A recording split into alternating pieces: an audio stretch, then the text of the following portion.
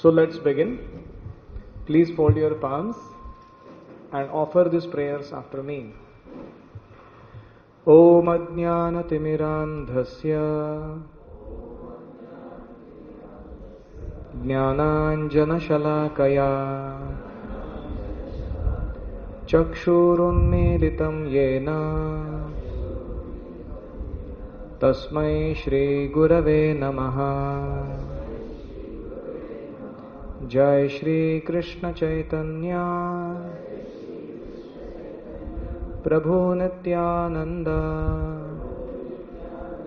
Shri Advaita Gadadhara Shri Vasadi Gaura Bhakta Vrinda.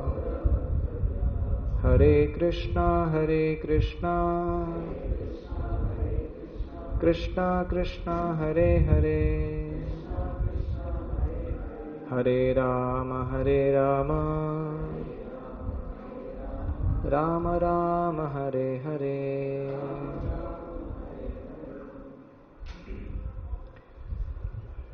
This is a verse from Bhagavad Gita which will form the basis of our discussion today. This is 6th chapter called Dhyana Yoga, 17th verse. Please repeat. Yuktahara viharasya Yukta cheshtasya karmasu Yukta swapnavabodhasya Yogo bhavati dukkhaha. Please read translation. He who is regulated in his habits of eating, sleeping, recreation and work can mitigate all material pains by practicing the yoga system. Thank you. Yukta ahara. What does ahara mean?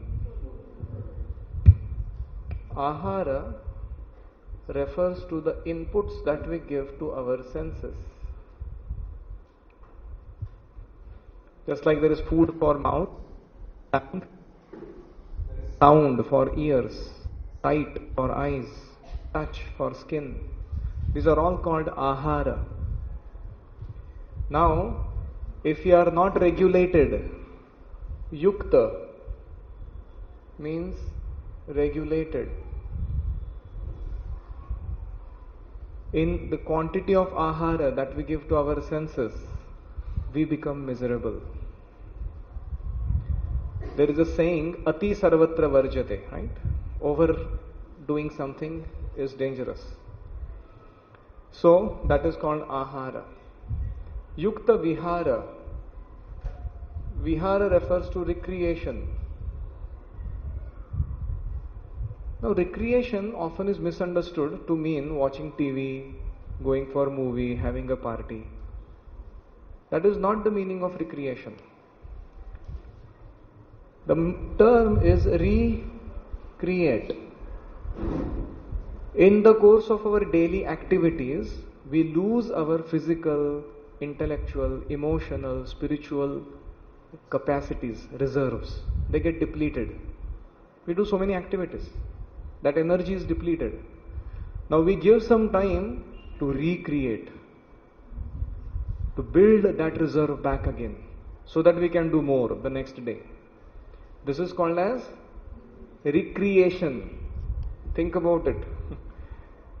It's not just fun making.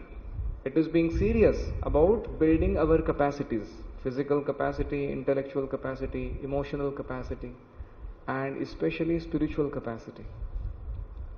So that is called recreation. In the villages they have these wells, and everybody brings their pumps or whatever, the pulling out arrangement for the water. And imagine if somebody just allowed day in day out people to come and take out water, what will happen to the well? Completely shallow, dry. So there has to be some time where you allow the well to build up the reserve. Like that, in our life, as a parent, as a teacher, as a husband, as a wife, as an employee, as a friend or a neighbor, if you are continuously just doing work for others, supplying, then what will happen? We will run dry. And in the pump that runs dry gets heated up. Similarly, we feel that we have become dried up in our heart and there is no juice in life. And when we deal with other people, they also feel irritated with us. वो भी गर्म हो जाते हैं क्योंकि इधर कुछ है नहीं. So in this way we have to be careful about recreation. Yukta ahara, yukta vihara, yukta cheshta. Yukta cheshta refers to bodily maintenance activities such as right from cutting your nails on time to washing your clothes to whatever bodily maintenance activities that are needed. That is called cheshta. And yukta karmasu. Karma refers to our prescribed duties. All of us have certain responsibilities in life and we should be very regulated in doing them. Some people think that if I am doing golmaal in one particular section of my life,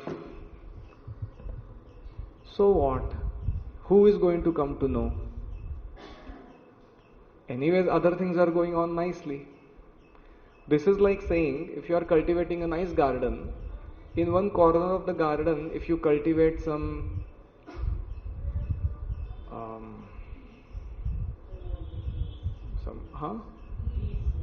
weeds, say for example, you think in due course of the time your garden is going to remain wonderful?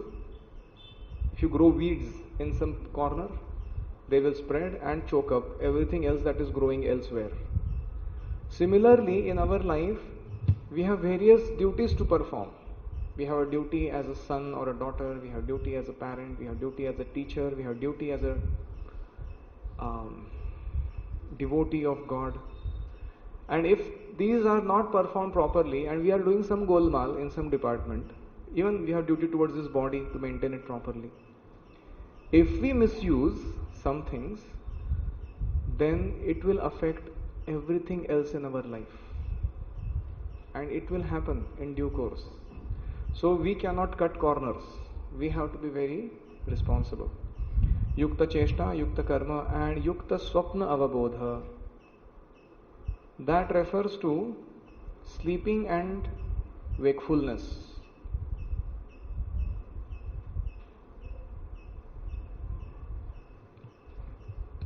We have to become regulated.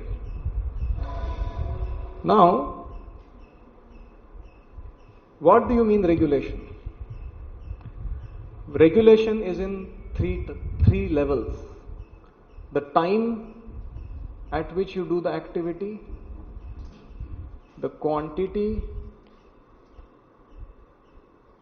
and the quality of that activity. These three have to be monitored carefully. I'll give an example. Food. We daily need to eat food. So, according to Ayurveda, there is time at which you should consume your food. Our bodily clock, hunger, is set to the movement of the sun in the sky. If, for example, sun is rising, our hunger also rises in the belly. At noon time it is peak, and as it goes down, hunger also becomes reduced. So we should put moderate breakfast, say around 8 a.m., proper good lunch at around 1 p.m. and a little dinner, very little, at around 6-7 p.m. This is called as following the biological clock of the body. What if I don't follow this time? Somebody may say. Then it will make us diseased. So that is about time of food intake. Same with quantity. How much quantity of food can we eat? Please show me your fist. Look at your own fist. Show me. This is the size of the cavity in the stomach in which we put food. Now look at our plate. Of course, this is expandable. That doesn't mean you can just eat anything. So, yukta ahara means eat proper quantity of food. If you do atyahara, overeating, it is said that there are more diseases because of overeating than there are because of malnourishment. So people get more diseased because of overeating. So that is about quantity. We should be careful. Generally it is said we should fill half stomach food, quarter stomach water, and quarter should be left empty. Or just like when you have to cook khichdi, can you make rice and water mixture come up to the brim? Will it get cooked when you start fire below? It will all spill over. And if you choke it up, then it will get blackened. So in the stomach also there is cooking going on after you eat food. And you need some space there for that churning to happen and cooking to take place. Then talk about quality of food. What kind of food can we eat? So please write down homework. Bhagavad Gita 17.9, 10, 11.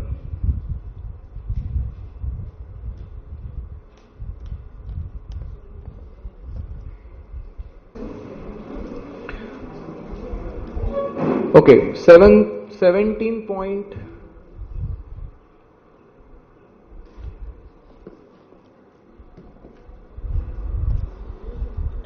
This is Bhagavad Gita, chapter 17, 7th verse onwards. 7, 8, 9, 10, 11. That's your homework. We will do it very briefly here, but you go and study it on your own later. What kind of food should we eat? That is given by the Lord Himself.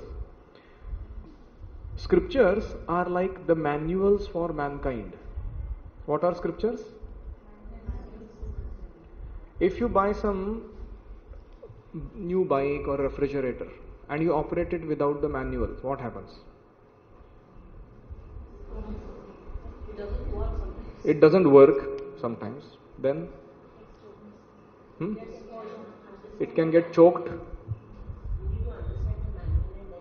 Yeah, why? Otherwise what will happen? It can be hazardous. Can you put petrol in the silencer?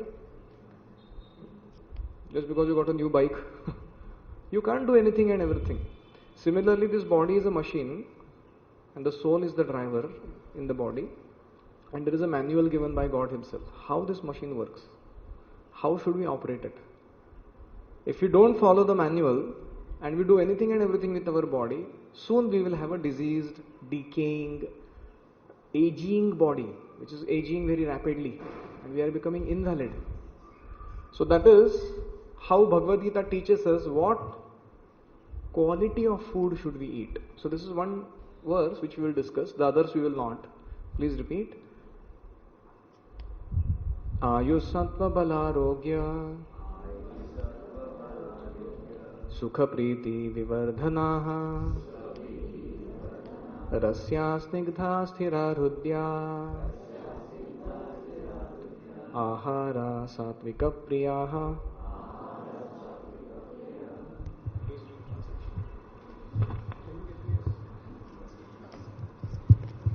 Foods dear to those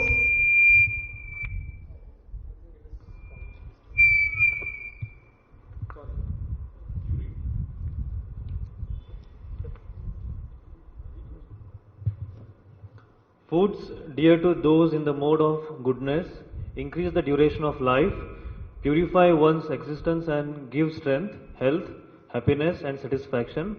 Such foods are juicy, fatty, wholesome and pleasing to the heart. So we have what is the purpose of eating and what type of food should we eat given in this verse. What is the purpose of eating? To fill belly, to get taste. Ayuhu, to increase the duration of our life. Ayuhu, to increase the duration of our life, that type of food only we should eat. That food which decreases the duration of our life, we should not. Sattva, that which makes our consciousness pure and not dirty. That is the type of food we should eat. Bala, that food which gives us strength in the body, not deplete the strength. Arogya, that which increases our immunity to diseases. And Sukha, that which gives us happiness.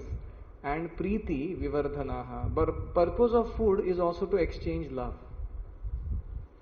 Why your mother cooks so nicely and then you have such a wonderful relationship with her? Because she always fed you when you wanted, what you wanted, how you wanted. So it builds Preeti, affection between two people. This is the purpose of eating.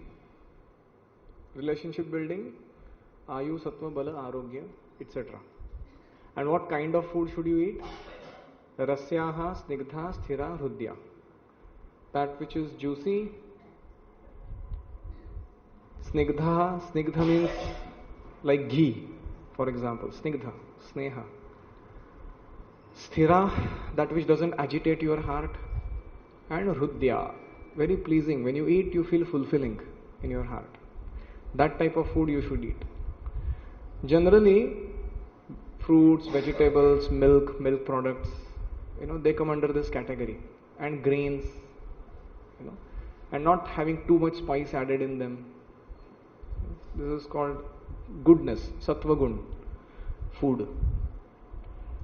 This is Rajogun food. Katvam Lalavana Tyushna Tikshna Ruksha Vidahinaha Ahara Rajasasyeshta Dukkha Shoka Maya Prada. So Katu means this word Ati, Katu Amla Ati Lavana. That Ati is a suffix for all the words. Ati Katu, Ati Lavana, Ati Tikshna, like that. So foods that are too bitter, too sour, too salty, too hot, too pungent, too dry, and are too burning. They are dear to people who are in Rajoguna, in passion. Such foods cause distress. What do these foods do? Dukkha, Shoka, Amaya, Prada. They produce misery, lamentation and disease. I come from Kolhapur. The famous item there is misal. And people there like to eat a lot of chili powder. The enormous quantity that they can eat is indescribable. So they put chili powder like anything and they eat this misal pav, or pav bhaji, whatever. And while they're eating, it is ati ushna and ati tikshna and ati whatever, spiced. Tongue is burning, tears are coming from eyes, smoke is coming out of nose and ears, and people are, they still keep eating, like that. Dukkha, while eating it is misery, while it is inside the stomach it is misery, while going out also it is misery. Dukkha, misery beginning to end. And shoka, after eating you lament, why did I eat? Itna vaat laga hua hai pet ka mera. Shoka. And then amaya prada. Such kind of food produces diseases in the body. Various types of diseases. So this is how Bhagavad Gita tells us we should avoid food that is in passion, Rajoguna. And similarly, the next verse talks about food in mode of ignorance.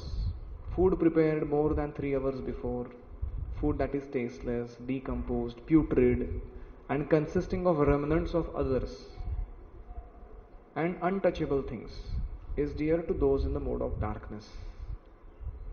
So, this is tamogun food. So, you remember, regulation is in 3 levels: time, quantity, and quality.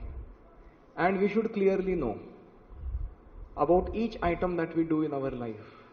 What is the right time? What is the right quantity? What is the right quality we should enjoy? This is called as perfect balanced lifestyle. This is the topic for today. lifestyle management. Because yesterday we talked about, what did we talk about? Art of teaching. How to become a good teacher, a good servant teacher. And in order to become a good teacher, we discussed that we need to become regulated in our life. We have to become self-controlled.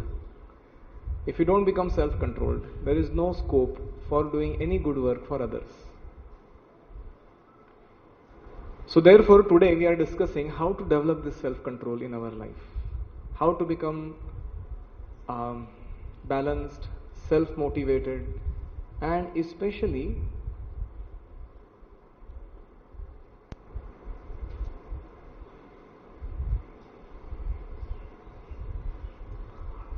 how to manage our willpower, concentration and memory. So that will be our discussion for today. We give this series on a very long time duration basis, but we are condensing what we are supposed to be giving you because we have less time here. So please be very attentive and take down as much as you can. Here is the chart that talks about lifestyle management. There are 4 aspects to our life. The physical aspect of our life relates to the way we should deal with our physical body to keep it healthy. The mental intellectual aspect deals with how we should grow ourselves intellectually in our skills and in our capacity to think analytically, to plan, to execute through various means in our life. That is called IQ. IQ means intellectual quotient. There is PQ, physical quotient. Similarly, there is IQ. Then we have EQ, emotional quotient. Our ability to deal with our own emotions and others' emotions effectively. That is called EQ. And finally, there is SQ. SQ is our internal fire, the source of our energy, spiritual energy, which is driving everything in our body and in our intellect and in our emotions. According to Bhagavad Gita, we are not human beings having spiritual experience. We are spiritual beings having human experience. Please repeat. We are not human beings having spiritual experience. We are spiritual beings having human experience. There is a big paradigm shift there. We tend to think, oh, spirituality is just a part of my life. I have so many things to do in my life and something I have to do, towards God or whatever, little. It is not a part-time business. Spirituality is our full-time business. Other businesses are part-time businesses in our life, whatever we are doing. So therefore, that talks about SQ, our spiritual quotient, our ability to deal with our internal state of consciousness. So, lifestyle management means, in short, to be aware of these faculties that are given to us and to harness them for doing good to ourselves and others. What is lifestyle management? To be aware of these 4 major faculties given to us. These are 4 capacities or 4 gifts given by God to us. And how we use or misuse them decides the quality of our life. So lifestyle management means to use these faculties to do good to ourselves and to others. That is the purpose of lifestyle management. Now, imagine you have joined a fighter pilot training program. Anybody was in NCC before? Oh, wonderful. And I hope in Belgaum there is Air Force, right? In Kolhapur also there is Air Force. All NCC is geared up for Air Force, not Army, not Navy. So fighter pilots are very interesting people. You know, they get hours and hours of ground training in a simulated environment, and they also have to drive actual fighter planes and accomplish some missions which are very peculiar. One fighter pilot is so valuable. He can do the job of what a battalion can't do, provided he's trained properly. So, what is it that makes a fighter pilot expert? What makes a fighter pilot expert? Because up there in the air, you can't see anything, right? It's not that up in the clouds you get to know exactly where you are, how much this. How does a fighter pilot ever know what's happening with him and with his plane? Okay, he must have sound technical knowledge. There is something provided in the plane that makes him aware of everything that is happening. Radar, yes. No, not black box. The dashboard. Just like you have a dashboard in the car. Of course, that's very primitive as compared to the dashboard of an airplane. On that dashboard are displayed all the critical parameters about everything. The speed, the air pressure, the fuel, capacity, and even the bombing, targets, locations, and there is so many things. Where is he located exactly on the surface of the earth? All these critical parameters are displayed on a dashboard. And what does the fighter pilot do? He constantly monitors them, what's there on the dashboard, and accordingly he conducts his operations, and he's always successful. How about getting a dashboard for our life? One dashboard, all critical parameters put up together, and you can make wise choices. And be rest assured that your plane will take off, go in the right direction, and land safely in the right place where you want your life to go. That dashboard is this matrix that is given here. If we take care of ourselves physically well, we become a good animal in the society. Some people think that self-development means bodybuilding. You have seen people like that? Again, I come from Kolhapur, so I have some background of that. There are Pailwan, they call them. They consider that self-development means bodybuilding.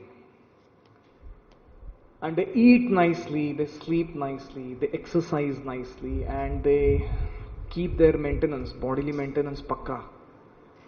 Cleanliness, hygiene, everything. Not falling sick. And they think they have become accomplished. They have become a complete man. Why? Because they have such a muscular body. They consider this is fulfillment of life. Iske aage kuch nahi. But even animals eat nicely, sleep nicely. They are very regulated. In fact, animals are much more yukta ahara, yukta vihara than human beings. Do you know that? Human beings eat even when they are not hungry. They sleep when they are not tired.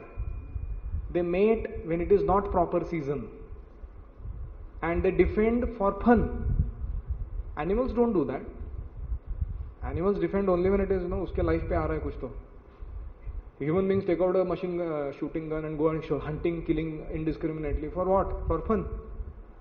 Animals don't do such a defense. They are far more regulated in their life. And that is why animals don't need doctors. They don't need dispensaries. They don't need cardiac arrest chamber, whatever that. Huge machinery, and you don't see any such a thing. Animals, even if they fall sick or something goes wrong, they know how to heal it all by itself through nature's arrangement. They know what to eat, what to avoid when they fall sick. It's an interesting thing. We claim we are technologically more superior to them, but what are we doing? We are less than them in a certain sense. We have to depend on so many external things. So, the point I am making is, physically growing oneself is not the goal of life. That even animals do. Then some people think the goal of life is to grow intellectually, to become powerful, as a genius, skilled in some particular talent. So there was Deep Blue and Garry Kasparov playing chess with each other. You know Garry Kasparov? chess champion, and he was playing against a supercomputer called Deep Blue. And when Garry Kasparov won the match, he had defeated the best supercomputer of the world. And he got such a kick. He thought he is the best man in the world. Nobody as intelligent as him. So this is how some people think that becoming intellectually powerful is the goal of life. So they typically go on studying. Next to their name they have 15 degrees. You have seen people like that? There are so many varieties of fields of education, knowledge, they handle sample. They think this is great. I have become a great man. Why? Because I have so many intellectual abilities. But that is not so great. Because even if you have great intellect, when it comes to solving real problems of life, it won't work. Real problems of life are birth, old age, disease and death. Real problems of life is not I don't get promotion and I don't have a good neighbor. That's a superficial problem. And this is how intellectual people need to learn something more. Then there is emotional intelligence, EQ. There are some people who think that taking care of my emotions and others' emotions is the goal of life. There are family-oriented people, and then there are friendship-oriented people. They go to Archie's and read those nice greeting cards, with such nice sweet messages, and they feel so wonderful. They think, wow, this is such a world of feelings, and they think this is goal of life. Give love, get love. And इसके beyond कुछ नहीं है. जीवन का उद्दिष्ट ही यही है, अंतिम उद्दिष्ट. So this is their feeling towards life, to growing emotionally. True that emotionally is superior than intellectually, but that is not yet the full realization of our actual capacity. It is still stunted. Because tomorrow if somebody does something wrong to you emotionally, you will commit suicide. Right? That happens. And mind you, human beings are the only species that commit suicide. Have you ever seen a dog or a cat commit suicide? Some dog was ditched by a bitch, and he said, दिल टूट गया उसका, जाके उसने truck के नीचे जाके खुदकुशी कर ली. Ever heard something like that? Why do we human beings do an activity that even animals don't do? Although we claim that we are the superior of all the species, animals don't commit suicide. America has won World Suicide Championship. You know that? 6 lakhs attempts of suicide per year. That's how many per day? 2000 approximately. Is this progress? Are we going in the right direction? Why, if there is everything else, physically, intellectually, emotionally, everything is wonderfully provided, why people are committing suicide? That means there is something lacking in life. And that is the spiritual counterpart. And in India, the World Suicide Championship, Indian Suicide Championship is won by Bangalore, a city 7 hours from here. In Bangalore, 3,300 people commit suicide every year. Successfully committed suicides. Attempts nahi. So, that's 10 per day. And you may say, oh, those people must be poor, they must be having, no good sanitation, health facility, and they must be poor people. No. 70% of people who commit suicide are software engineers. Shocking statistics. Now you may say, come on, उसने software engineering करने के बाद यही सीखा क्या कि building के ऊपर जाओ और कूदो. That's the ultimate purpose of life. So this is how we have become degraded, because we have not paid attention to our actual capacity of developing our SQ, spiritual quotient. Spiritual quotient gives some very important benefits in our life. Characteristics of a person with high SQ, as mentioned in Bhagavad Gita. If you develop high SQ, spiritual quotient, you develop great self-awareness. Self-awareness means our ability to see our thoughts, words and actions separate from ourselves. That is called self-awareness. Just like third umpire is seeing the match. So sometimes, let's say you had a quarrel with your colleague, and in the heat of the emotions, you are just saying so many things, doing so many things. But self-awareness means you separate yourself from that situation, and like a third umpire, you see what is happening. What is happening with your own emotions? What is happening with your words? What are the actions you are doing? This ability is unique to human beings. This is called self-awareness. This comes when we practice spiritual culture. Second is an ability to face and use suffering for benefit of our self-development. Ability to face suffering. Many people want to run away from suffering. There are people who take to drinking, smoking, indiscriminate TV watching, movie making, internet browsing. When they are in suffering, they hide under the carpet, as we call it, of illusion. This is called ostrich attitude. Ostrich? It's a bird, huge bird with a big body. Ostrich. So when a tiger is chasing behind an ostrich, he runs for a while.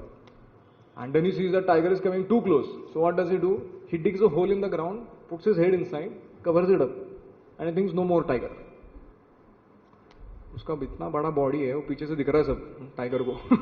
So he is thinking no tiger.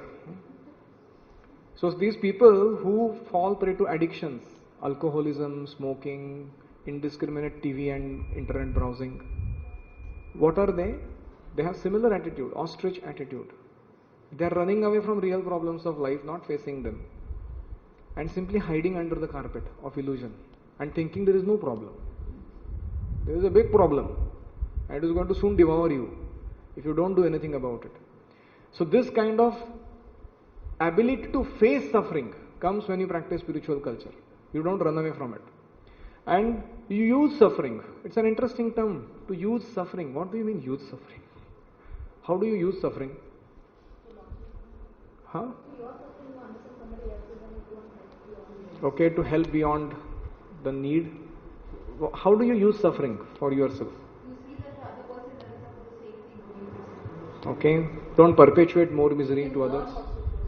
We learn and grow ourselves through that suffering. Very nice. To overcome that suffering. We use the suffering to overcome that suffering. In typical Jackie Chan movies, you have seen movies?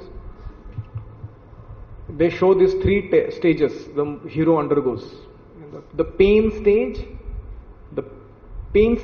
the hero undergoes some insult, injury, his family is, destroyed or community is troubled.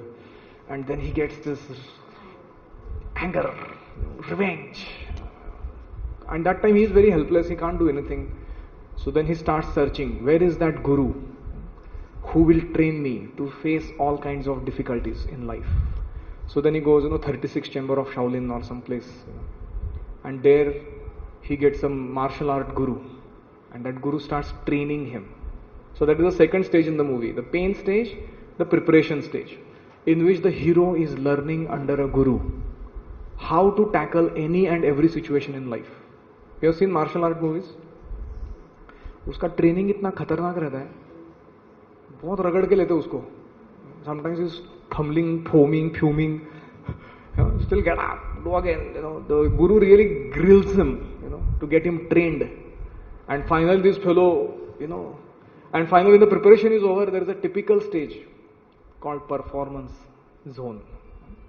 The pain, the preparation now, the performance. And then you see that he's tying a black, this thing on his forehead, and putting some black, whatever, grease marks, wearing some particular type of weaponry and belts around himself. And he gets headlong into the enemy territory after that. And they show such amazing fighting. One fellow is able to kill thousands of others. You wonder, kya kar rahe hai? How can somebody do that? But that's how the movies are. And he's left and right, smashing everybody to powder. And you feel, wow, what a hero. So all these things happen only in movies, right? They can happen in our real life also. Provided we undergo the pain, and under a bona fide teacher we take the preparation, training, then eventually we can do the performance in our life. To transcend the pain to establish goodness in our life. So that is how use suffering.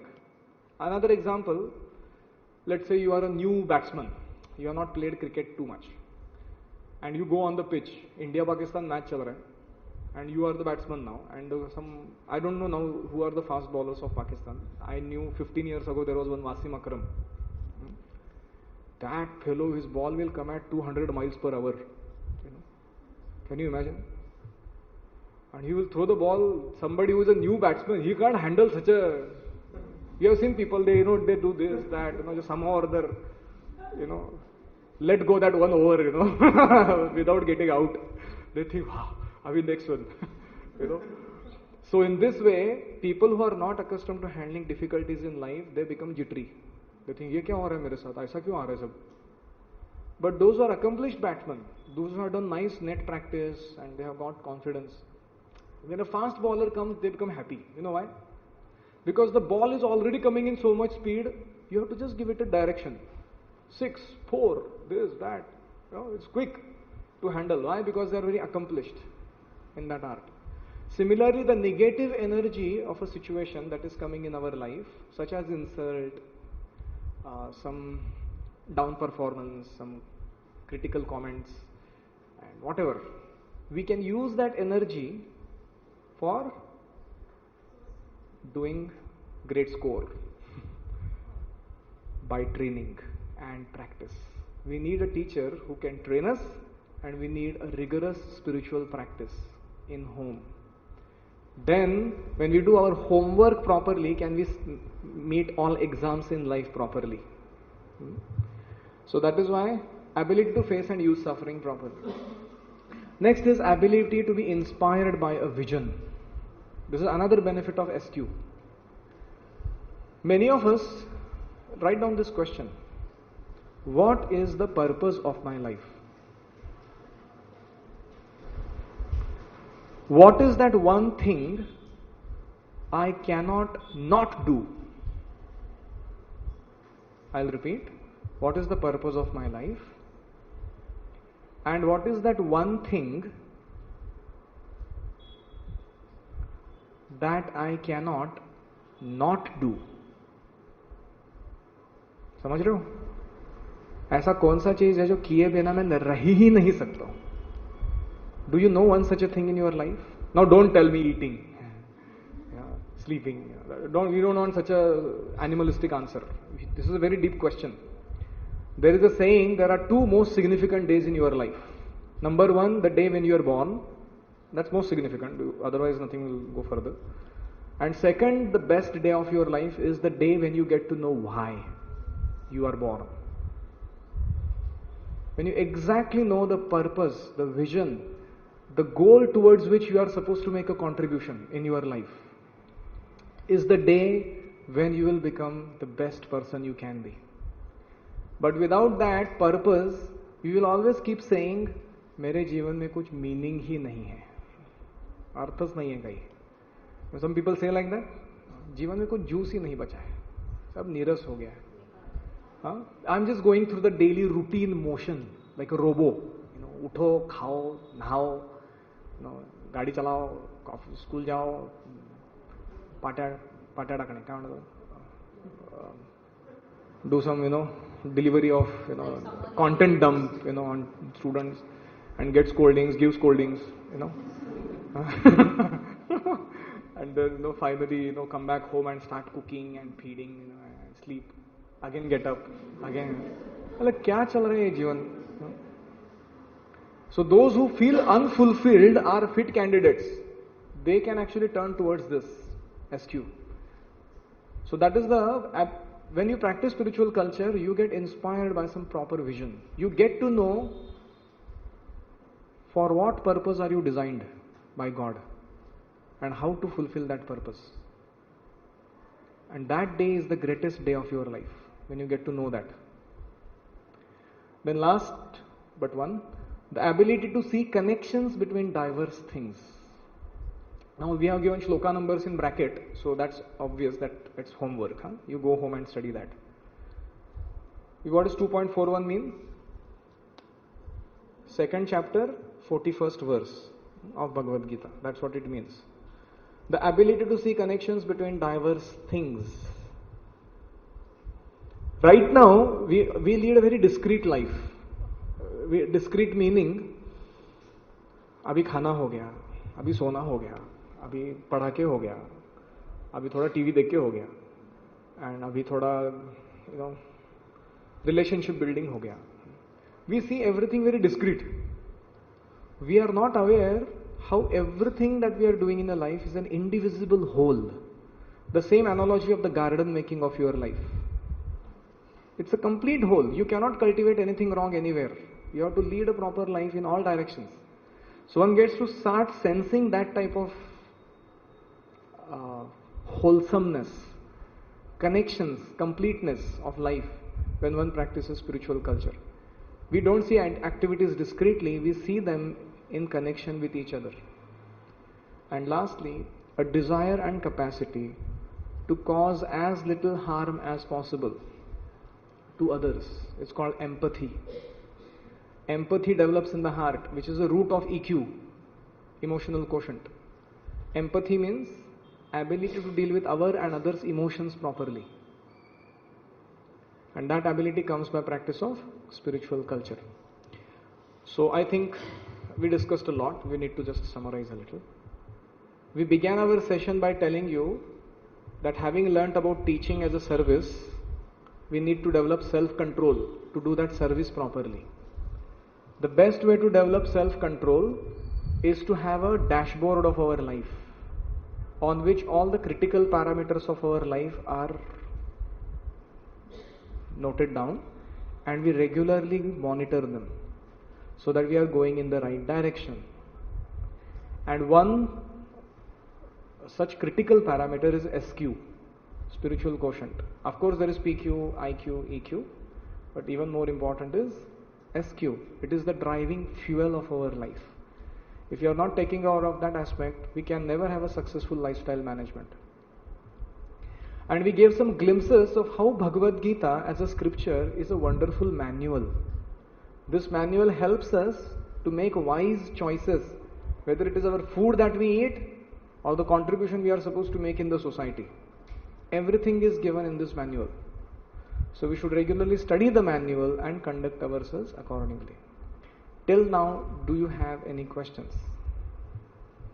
Is there something that you did not understand?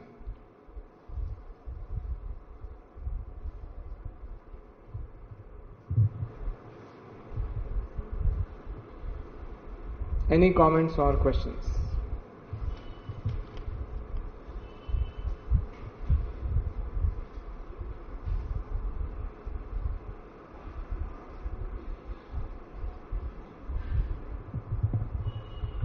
So earlier we talked about how to become a good animal.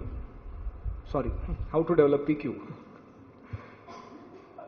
We talked about diet. Then we need to talk about sleep a little. Lifestyle management includes all this yukta ahara, vihara, cheshta, karma and swapna avabodha. The last line of that shloka says, yogo bhavati dukkhaha. If you practice yoga in this way, becoming regulated in your lifestyle, dukkhaha means all your miseries will be destroyed. While staying in this world, you will not experience any unhappiness. You will be always cheerful.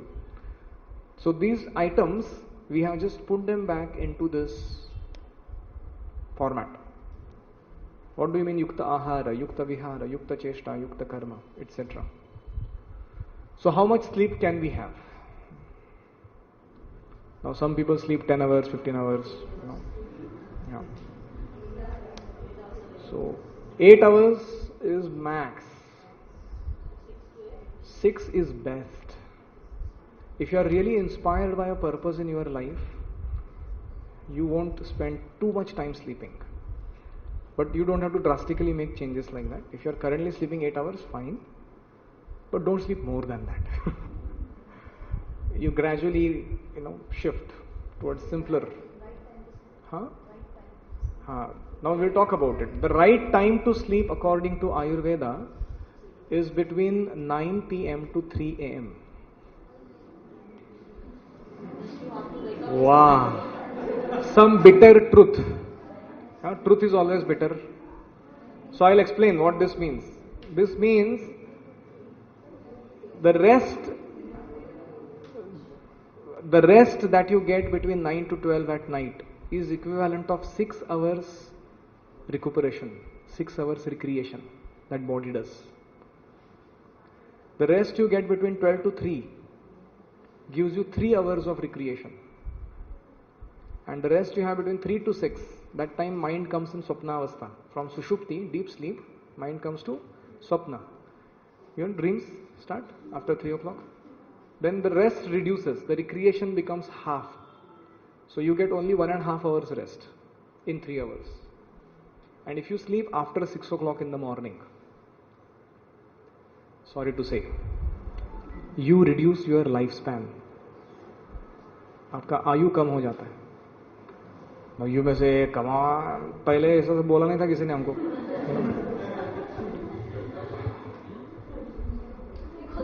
Why is that so? Because I told you there is a biological clock that functions according to the sun's position. हम लोग independent नहीं है. We are part of the creation, right? Everything is in connection, interconnection with each other. So sun is like a CEO of this Brahmanda. Because of sun, everything is functioning. Food grains are growing, seasons are coming, and everybody is getting their Jivan Shakti from the sun. He is the CEO of this creation, Brahmanda. Now imagine your KLE school's CEO is coming to your home. How would you welcome him? Will you be nicely locked your door and sleeping, snoring, with a nice blanket covering your body? Is that how you will give him a welcome? He is knocking, pressing the bell again and again, and you are nicely in slumber.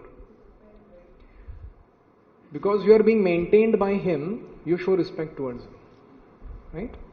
Similarly, we should be awake before the sun comes in the sky. Because he is the boss. And if you show disrespect towards him, it is not that he is going to feel bad about it. You are going to suffer consequences for it. Because sun before rising gives two kinds of potency, Abha and Prabha. So if you wake up before sunrise, you get Abha means peace and Prabha means prosperity. You get both in your life. You get prosperity and you get peace if you wake up before sunrise. If you wake up after sunrise, you only get Prabha, but you don't get Abha. You have prosperity, but you have no peace in your life. You have seen why modern civilization is so much in stress? Just because of some sleeping pattern management lacking. So, anyways, the point is we should sleep enough, that is needed.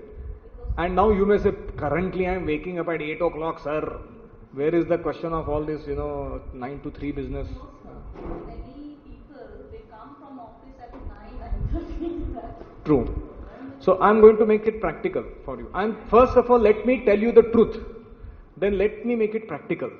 But if you don't allow me to speak the truth, then how will it go? So the point is, we should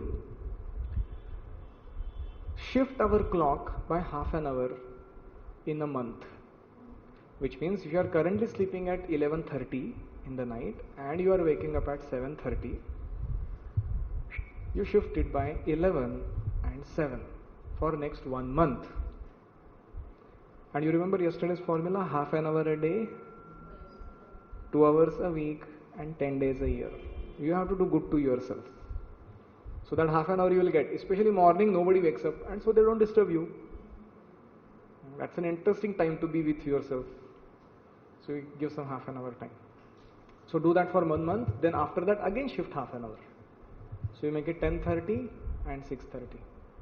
Then you make it 10 o'clock and 6 o'clock. That's good enough. You don't have to make it 9. Just make it 10 to 6. Because that's optimum. It takes care of your 8-hour rest. It takes care of 6 o'clock wake up. And it takes care of not too late night, but not too early also. 10 o'clock is decent enough. Yes, it is possible. provided you lead a lifestyle of certain intensity. So it is, yes. So that is about sleep. And then exercise. How many of you exercise regularly? Okay, that's not big number. Yeah, so exercise is meant for 3 reasons: to get strength, endurance, and flexibility. What is the purpose of exercise? You are hearing. I am asking those who are not hearing. What is the purpose of exercise? Strength, endurance, flexibility. I said that just now. So to get strength, to get flexibility, and to get endurance, long lasting body. Exercise does not mean gym work. Gym machinery gives you only external contours on body, but अंदर से वो खोखला रहता है. You know why? Because the prana shakti needs a certain type of sanchalan, regulation, which is provided by yoga and pranayam, asana and pranayam, which the gym work can't do. So gym people, just like Arnold Schwarzenegger, that type of fellows, they die at age 56, 57, 60. They don't live longer, bodybuilders. But yogis can live 100 years, 200 years also. That is the meaning of endurance. So don't spend too much money on gym. Just do pranayam, yogasana regularly in home. Chant Hare Krishna during your mantra meditation time. Your body will become healthy. Don't have to spend anything for it. But just learn it from proper sources. Now this was about becoming a good animal. So much. How to find a proper source for learning yoga? For learning spirituality, we recommend you very strongly. There is a Radha Gokulananda Mandir. It is in Tilakwadi area, and we have Rambhadra Priya Prabhu here, and he has his teachers who are senior to him also.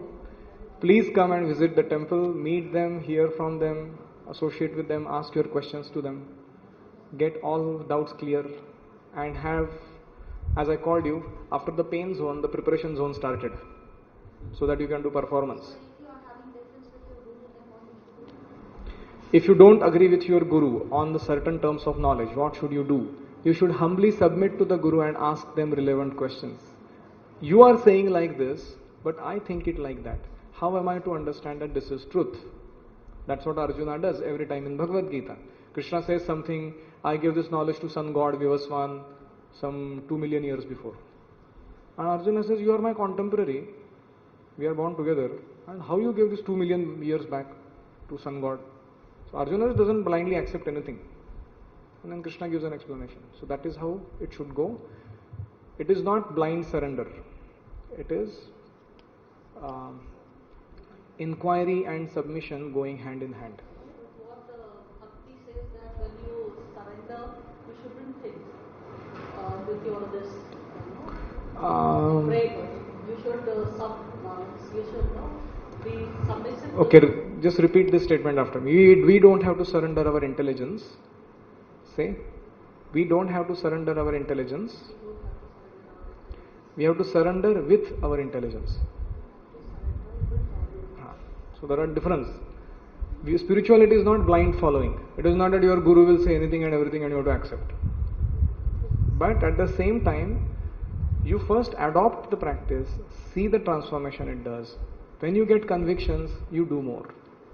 That is how it goes step by step. Okay, let's go to the spiritual part, how to become a good saint. Yes. Okay. There is a concept of power nap. In Vedic culture, there is Vama Kukshi. Vama Kukshi means after your lunch or after any heavy meal generally, you should lie down for 10-15 minutes on your left side of your body so that the energy gets focused for digestion of the food. If you start doing so many activities, then the energies get diversified. So that is okay, but generally our Vama Kukshi becomes a long, slumber, 3 hours, 2 hours, then that is not good. So a little nap is okay, but we should get up and do something else after that. Like that, corporate companies and all, they will be very strict. Then now I read it. They provide facility for They this. tell you to just rest for 10 minutes, close your eyes like that. This technique is going Yes. so that you will get energy for doing. Okay. Any comments or questions? You are inspired something to say. Please talk to us. Are you happy learning what you are learning? Okay. Fine. So we do a little more. So you want to become a good saint, then you need to follow certain parameters on the dashboard of your life. First parameter is called sadhana. Sadhana means practice of some spiritual culture. Yesterday I talked about some formula to practice spiritual culture. What do you need to do? What is A, B, C, D of spiritual life? Association, books, chanting, diet. This is called A, B, C, D of spiritual culture. You become spiritually strong when you do these activities. So that is called sadhana, to put into practice what you hear. Second is swadhyaya. Swadhyaya means deep study of these things, these principles that we are talking about. If you don't study these things very properly, then our contemplation never gets aligned with the principles given by God, and our behavior always becomes erratic. Behavior is always erratic. कुछ भी करते रहते हैं हम लोग जीवन के साथ. So if we regularly contemplate on the swadhyaya, study of these principles, then we can do better. So please make it a habit to daily study 10 minutes Bhagavad Gita. Just read. Even if you don't understand, fine. Complete the book. Once, twice, thrice. You will see after 3 readings, 4 readings, you start appreciating what's going on there. It's an amazing swadhyaya to do on a regular basis. Value clarification and commitment. That's her question. How am I to know whatever I am learning is actually bona fide or it is absolute truth? So that requires some contemplation. And also, we have to clarify what we don't understand. We don't have to be blind followers. And we have to show some commitment to follow what we learn. And lastly, we gain the realizations. We become pro in all these subjects of life. PQ, IQ, EQ and SQ. We can handle them very well. That is called becoming realized. So these are some thoughts on developing oneself spiritually. So generally we need to spend about 9 hours on physical activities in a day. We have to at least spend 1 hour. If I'm not the body, I'm spirit soul. I'm spending 9 hours on body. How much time should I spend on myself? At least 9 hours.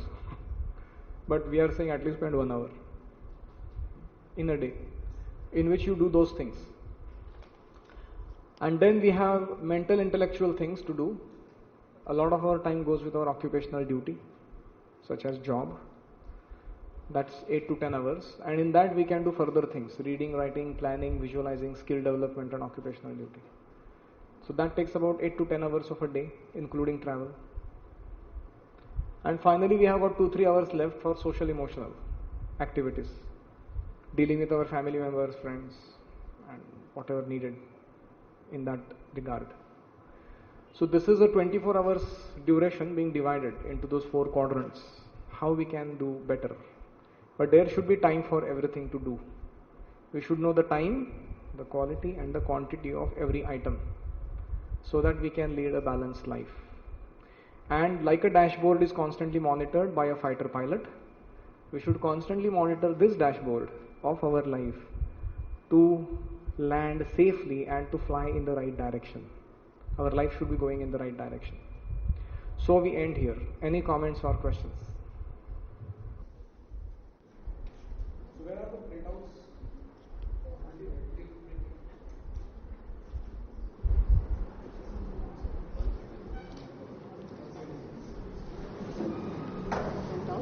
Any comments or questions? Please feel free to ask. If you are troubled with something, you did not understand something, or you had some questions asked by somebody which you couldn't answer.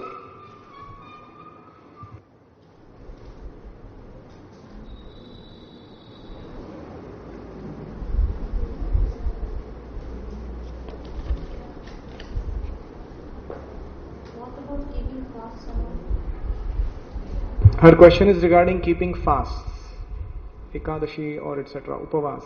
What's the funda?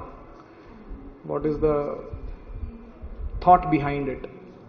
You know, in industry, there are two types of maintenance: breakdown maintenance and preventive maintenance of machinery. Breakdown maintenance मतलब क्या है? इतना वो machine को चलाया कि टूट गया वाले, फिर उसका ब्रेकडाउन हो गया तो उसको मेंटेन करने के लिए पैसा खर्च करो, एनर्जी खर्च करो. That is called breakdown maintenance. Another is called preventive maintenance, which means you don't allow the machine to go to breakdown. You take periodic off, set right whatever is needed for that machine, and then again start after some time. So our stomach is also a machine. You have two choices. Either you can do breakdown maintenance or you can do preventive maintenance. So to begin with, Upavas at a very base level is preventive maintenance of our body. Body actually gains in its capacity to do its work better. The second meaning of the term Upavas, Upa means near, Vasa means to reside. To reside near God is called Upavas. The day when you don't cook, the cooking time is saved, the purchasing time is saved, the eating time is saved, and then the sleeping time is saved. Because you sleep so much after eating. So this time saved you spend in spiritual culture. No extra time. A lot of time is saved actually. And you practice some nice spiritual activities, on that day. That is called Upavas. Go and stay near God. So both ways it helps you. It helps you to become physically fit, and it especially helps you to become spiritually fit. And that is the purpose of fasting. We should not fast indiscriminately, just anytime, but we should in general eat on time, etc. But on certain days we should observe fast. Best is to observe on Ekadashi.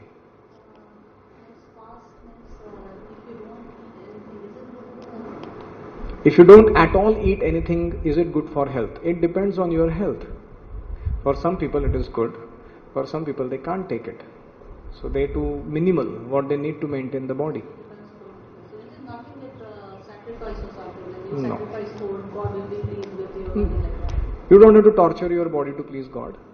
At the same time, you should not super pamper your body in the name of, I have to give it justice. Any other?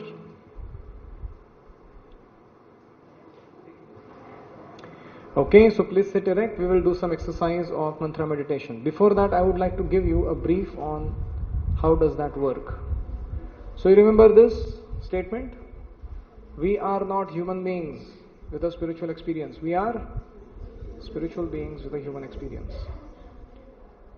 So one of the best ways to develop our SQ is called chanting or prayer or meditation. So yesterday we talked about briefly this Maha Mantra. Hare Krishna, Krishna Krishna, Hare Hare, Hare Rama, Rama Rama, Hare Hare. What does this mantra exactly do to us? We have various types of thoughts. We have positive thoughts, love, joy, hope, mercy. We have negative thoughts in our head, anger, stress, egoism.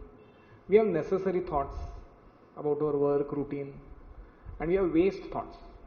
Too much thinking about past, too much thinking about future, without any relevance to the present.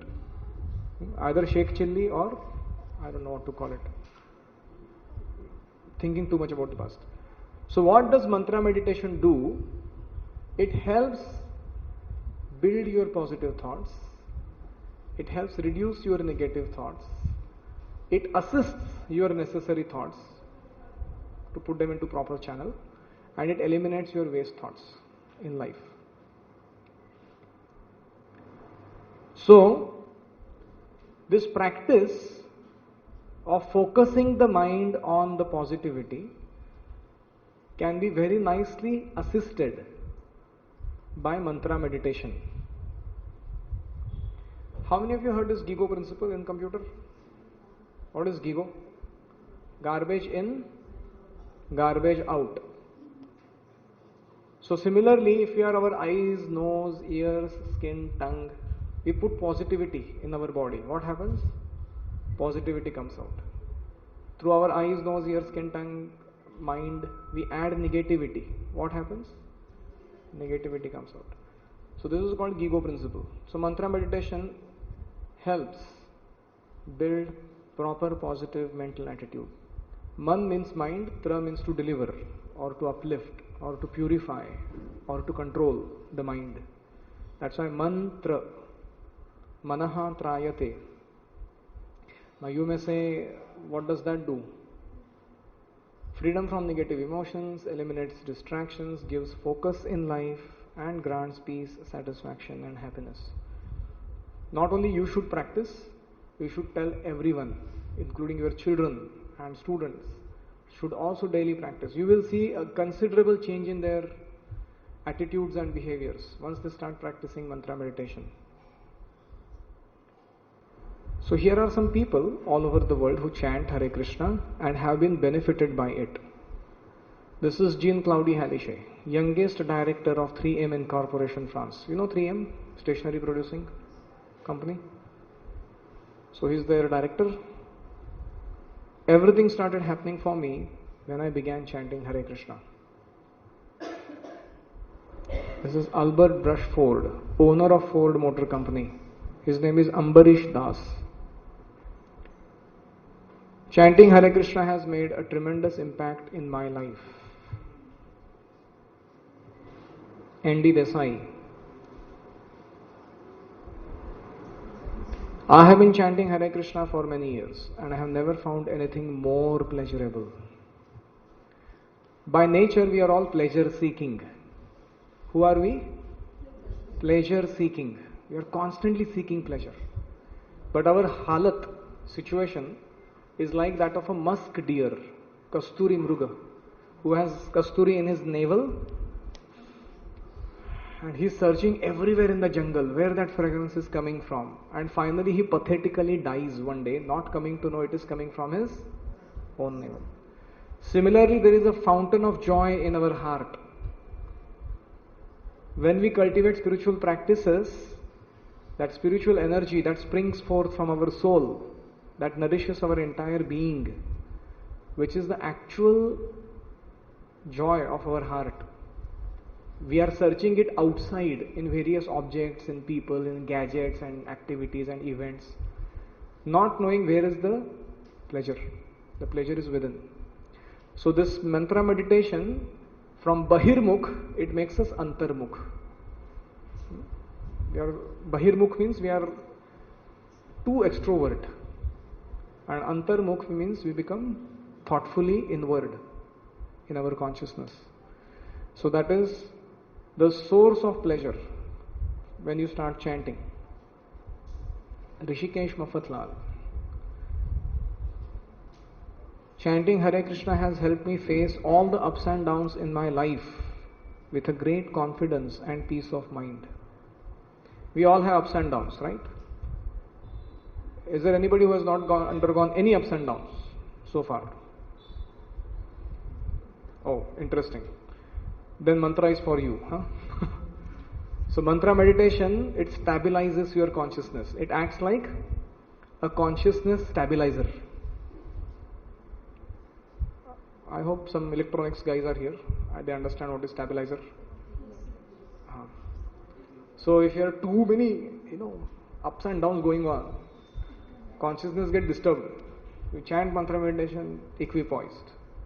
Sukheshu dukkheshu anudvigna manaha sukheshu vigata spruhaha vitaraga bhaya krodhaha sthitadhir muni ruchyate. Krishna says in Bhagavad Gita that if you practice mantra meditation, dukkheshu anudvigna manaha, your mind will not be overly disturbed when misery comes.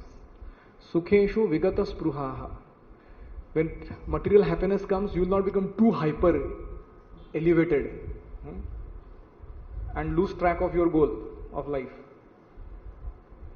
You will become sthitadhi, steady in your consciousness. Annie Schoffes, a Dutch model.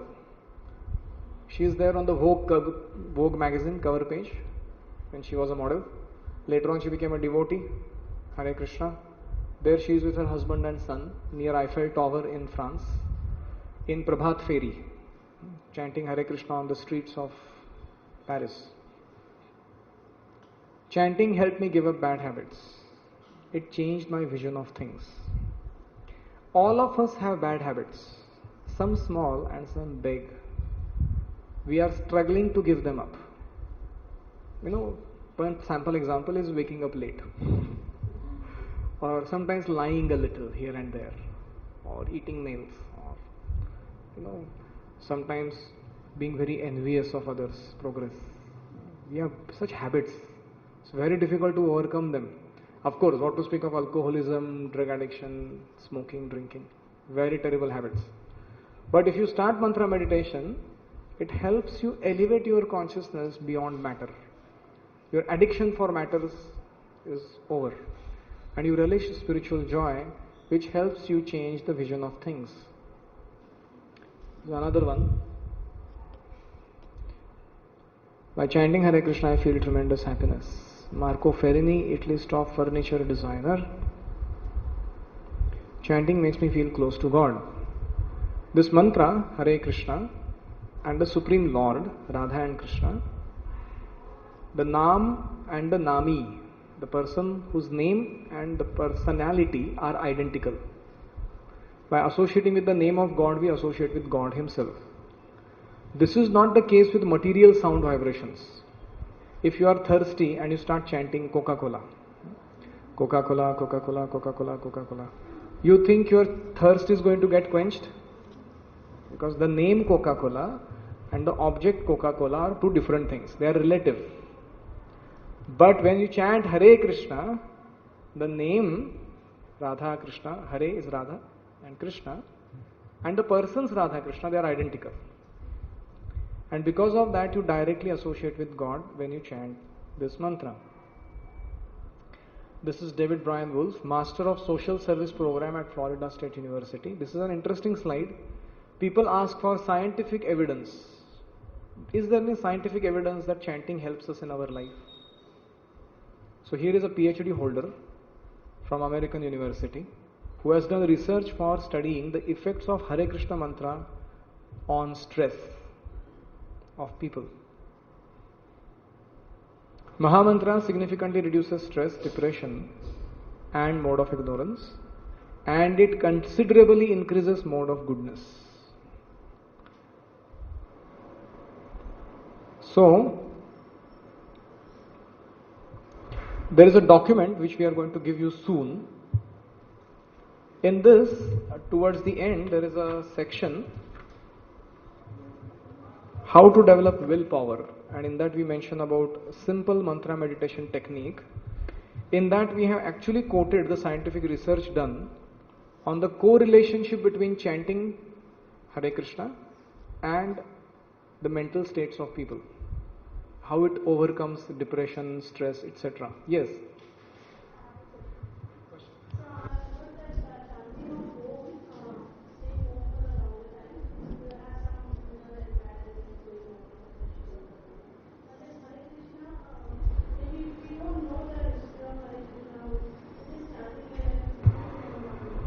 If you are already chanting Om, our request is you add Hare Krishna to it. That's all. You don't have to change. So I am making you aware. This is an awareness program for getting you know what is Hare Krishna chanting. And there are not sages who are Dadiwala Baba saying in Himalaya who are chanting Mahamantra. There are people just like us in ordinary walks of life. Okay. This Hare Krishna Mahamantra is given in one Upanishad called Kali Santarana Upanishad. Kali Santarana Upanishad aims at helping us overcome problems of this day and age, such as stress, depression, etc. Hare Krishna, Krishna Krishna, Hare Hare, Hare Rama, Rama Rama, Hare Hare. Iti Shodashakam Namnam Kali Kalmasha Nashanam. This 16 words mantra destroys all the ill effects of Kali Yuga. Natah paratara upayaha sarva vedeshu drushyate. There is no superior method for conquering vices in our heart than chanting this mantra. So this is the verdict of Kali Santarana Upanishad.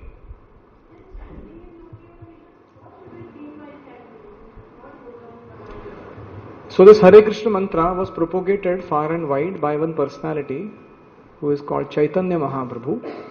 Chaitanya Mahaprabhu appeared 500 years ago in Bengal. He is God, Krishna, coming in the role of his devotee.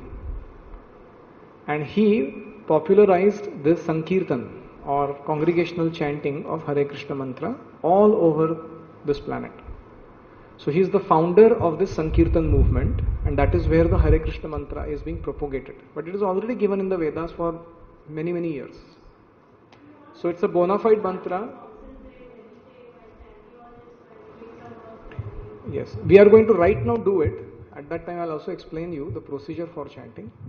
But I'm just clarifying the background of where does this come from. That was your question.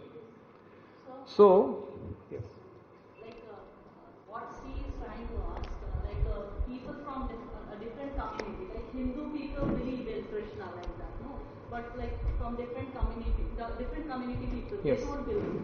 So if simply they are chanting mantra, is it going to help? You need to believe, you need to concentrate, then Correct. it's going to help you. That's Yes. what I want to ask. So, there are people who belong to say other religious denominations. What should they do? First of all, spirituality is not restricted to any religion. Spirituality is spirituality. Just like 1 plus 1 is 2 is maths. Whether you are a Hindu, Muslim, Christian, it doesn't matter. It doesn't change. It is not that there is Hindu mathematics, Christian mathematics. There is no such a thing. So spirituality is spirituality. It doesn't change because of your religious denomination. In fact, religion can be changed.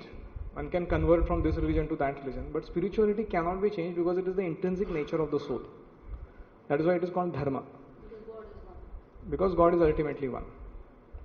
So you may call him Allah, Jehovah, Krishna, whoever, but ultimately we are referring to the same person.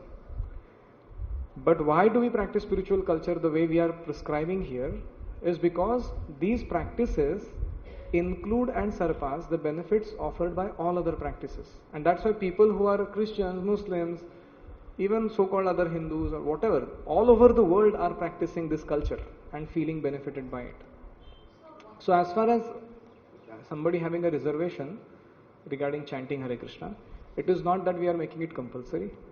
It is a voluntary exercise. And besides that, if somebody is already a Christian or a Muslim who is chanting their particular names, say 99 names of Allah, why is it that there are chanting of names of Allah given in Islam? Because that's an important practice of spiritual culture. Why do Christians chant on their rosary beads? Because that's an important part of spiritual culture. The theme remains the same, that chanting God's holy name is the basis of your SQ development. It's like food for the soul. Just like you eat food for your body, you have to eat food for the soul. So this practice remains the same. It doesn't change. So if somebody is already having, say, particular practice, like he is Christian or Muslim, we request them that they should practice their culture even more stronger. They should actually adopt that practice seriously. And so most of us may be already familiar with Hindu culture, and this may be nothing new for us to even hear about. This is something that we have been regularly coming across, and we may have some spiritual practice. We are saying just add this to your regular practice and see the benefit yourself. So it is not a compulsion, yet the benefits are universal. It is not a sectarian understanding of this God or that God. So it's coming. How many are remaining? Today we have a huge notes given for you. This is 14 pages and you have a good amount of homework to do. So when you go home today, please go through this before you come for tomorrow's session. You can collect your copy from the reception. So at this point of time I would like to conclude, and we will meet again tomorrow. Tomorrow our topic is going to be, now I'm going to deal about relationships, because you as a teacher, your relationship with your students is something very important. So how to deal as a teacher with our students, that is going to be our topic tomorrow. It is called the principles of effective relationship building. That is our topic for tomorrow. So please come prepared with your questions on that topic. I will take questions. Just let me complete my announcements. And we also have this facility of collecting this Xerox material from the reception. So please secure your copy. Go home and read it. Because as in Marathi they say pudcha path ani magcha sapat, which means you go in new topics and you completely forget what was taught to you earlier. So we don't want that to happen. Please make sure that you take advantage. These 4 days that we are here coming and giving you 1.5 hour session, make hay while the sun shines. Make the best use of this time. Don't distract yourself. Even at home or even in your discussions, focus on these topics. Because these are something that are foundational for your self-development and foundational for your service as a teacher. Thank you all very much. And cause of joy. So we would like to end here. I'm going to wait here for some time in case you have questions. But others, those who have their other duties, can continue. Thank you. Hare Krishna.